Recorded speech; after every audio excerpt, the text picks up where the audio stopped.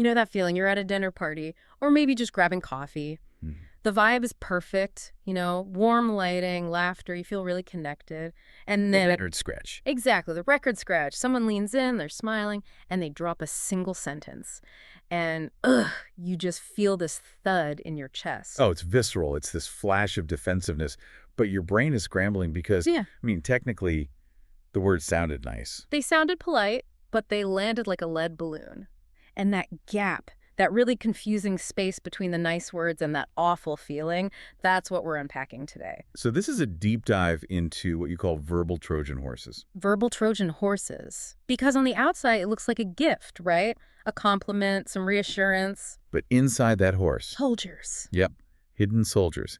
Tiny little barbs of judgment or invalidation that sneak right past our defenses because they're wrapped in kindness. And here's the real kicker, and I think this is why we have to talk about it. Yep. The person saying them, and let's be honest, I have absolutely been that person. Oh, we all have. They have no idea. They think they're bonding. And that's the tragedy. It's a total clash between intent, I was just being nice, and impact. Right. The impact is I feel judged.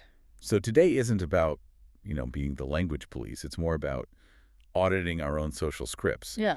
We're taking 7 common phrases and just exposing the psychological sting hidden inside. And figuring out what to say instead. So let's dive into the first category.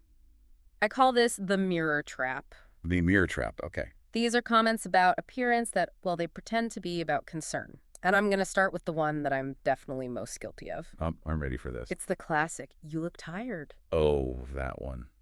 It is so pervasive, and I can just picture how you say it too, like a furrowed brow, a soft voice. Yes, I lean in, I'm thinking, I care about you, I see you're struggling, so my intent is pure. Why is it a Trojan horse? Because you have to look at what you're actually saying. You're basically telling someone they look unwell. You're telling them they look drained, or, let's be honest, a lot of the time tired is just a polite word for unattractive.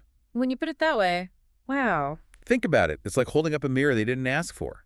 A non-consensual reflection. Exactly. And even if they are having a rough day, do they really want their physical deterioration pointed out to them? No, of course not. Because now I'm not just exhausted, I'm also self-conscious about my dark circles. Right. You just added another layer of stress. Now they have to manage your observation. They have to apologize for their face.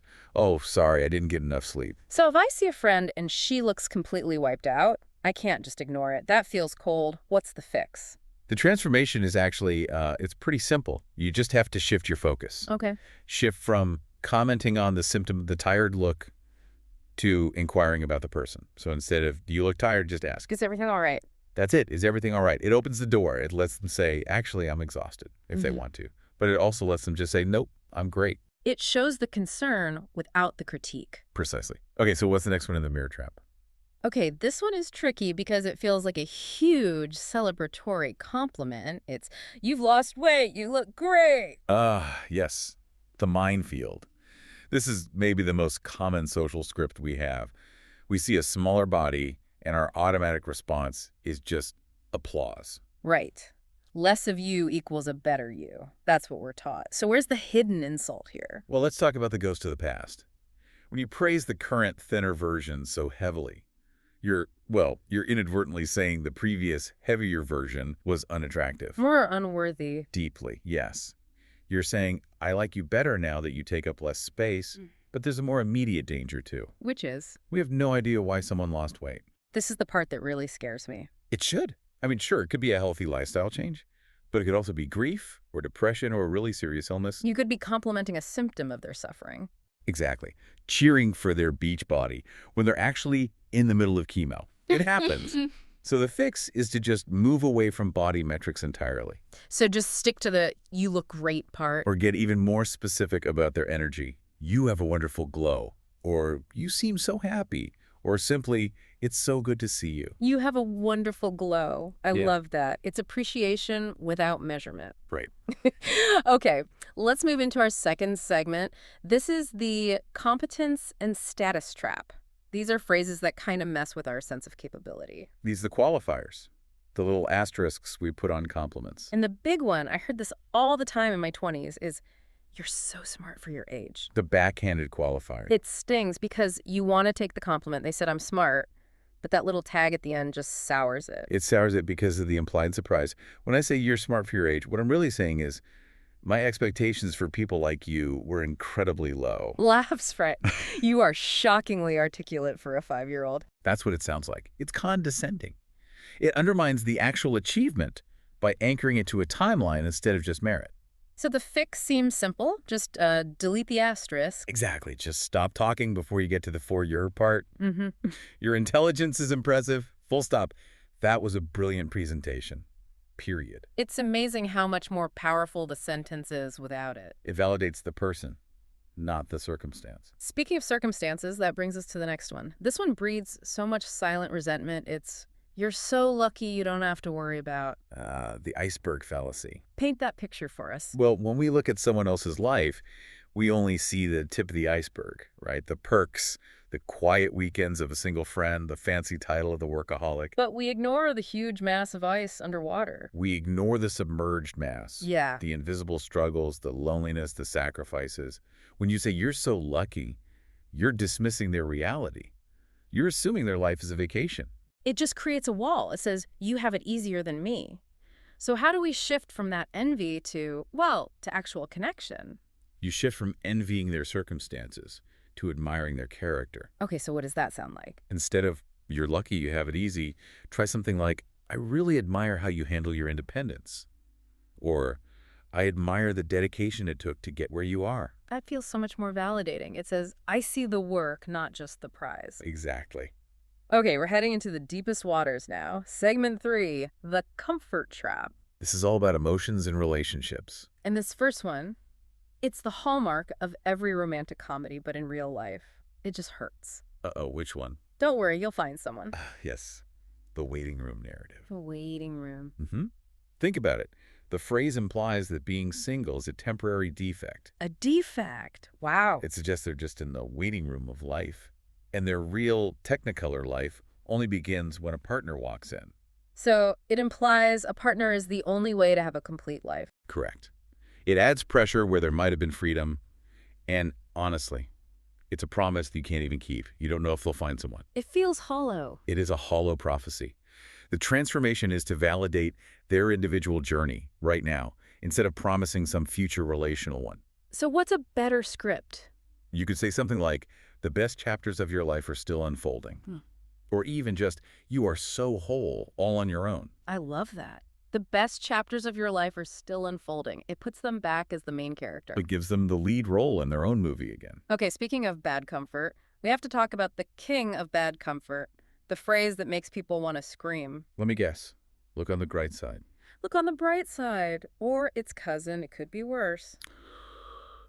Toxic Positivity 101. Why do we do it? It's everywhere. We do it because we are uncomfortable with their pain. When someone is in a dark place, our instinct is to flip on the floodlights because the darkness scares us. So you're saying your negative feelings are inconvenient for me, please stop. Basically, yes. You're invalidating their struggle. You're implying they're ungrateful or overreacting. It just shuts down all vulnerability. It teaches them you're not a safe person for the messy stuff. So what's the alternative? You have to learn to just sit in the dark with them. That is true empathy. Not fixing, just witnessing. Yes. And the script is shockingly simple. It sounds like, that sounds so difficult. I'm sorry. Or it makes sense that you're feeling that way. It makes sense. Yeah. That is such a powerful phrase. It tells them, you're not crazy, you're human. And that's all people want. To know they aren't alone in the hole. Exactly. Yeah. We have one last one. This one is, well, it's a conversation killer. Yeah. You're in a disagreement, maybe things are a little heated and someone drops. Well, that's one way to look at it. The verbal eye roll. It is. It's so dismissive. The intent is to disagree without a fight, but it just comes across as pure sarcasm. It signals your view is weird or wrong and not worth my time. A door slam disguised as a handshake. That's a great way to put it. The fix, again, is curiosity. Instead of dismissal, try to appreciate your perspective. Or even, that's an interesting angle. Tell me more about how you got there. Right. You don't have to agree to be respectful. It keeps the bridge intact. So looking back at all of these, the mirror traps, status traps, comfort traps, there's a huge pattern here. The common thread is that we prioritize politeness scripts over empathetic presence. We're scared of the awkwardness. We're terrified of it. So we reach for these cliches to fill the gap. True politeness isn't about the right script. It's about considering how your words actually land for that specific person. It's about shifting from judging and fixing to witnessing and appreciating. And that changes everything. It changes the whole texture of a relationship. When you use the alternatives, you center the other person. Yeah. You ask questions. You validate. People feel safe with you. They know they can look tired around you or be sad around you. Right. And if you're listening and thinking, oh no, I said 3 of these yesterday. Which we all have. We all have. Don't panic. The goal isn't to beat yourself up. These are deeply ingrained cultural scripts. So the goal is just awareness. Just awareness. Catching yourself before you say, you look tired, and asking, wait, what's my goal here? Do I want to critique their face or connect with my friend? And if the goal is connection, you choose the other phrase. Or you choose silence. So here's where we want to leave you. A little challenge, maybe a meditation for your next conversation. Think about your chats tomorrow. If you stripped away all the qualifiers, the for your ages, the at leasts, and all the comparisons and fix-it phrases, what would be left? It might feel a little bare at first, a little scary even. It might. You might find yourself just sitting in silence a bit more often. But in that space, stripped of all the cliches, you might just find the beginning of the most honest conversation you've had in years. And that's a deep dive worth taking. Thanks for listening.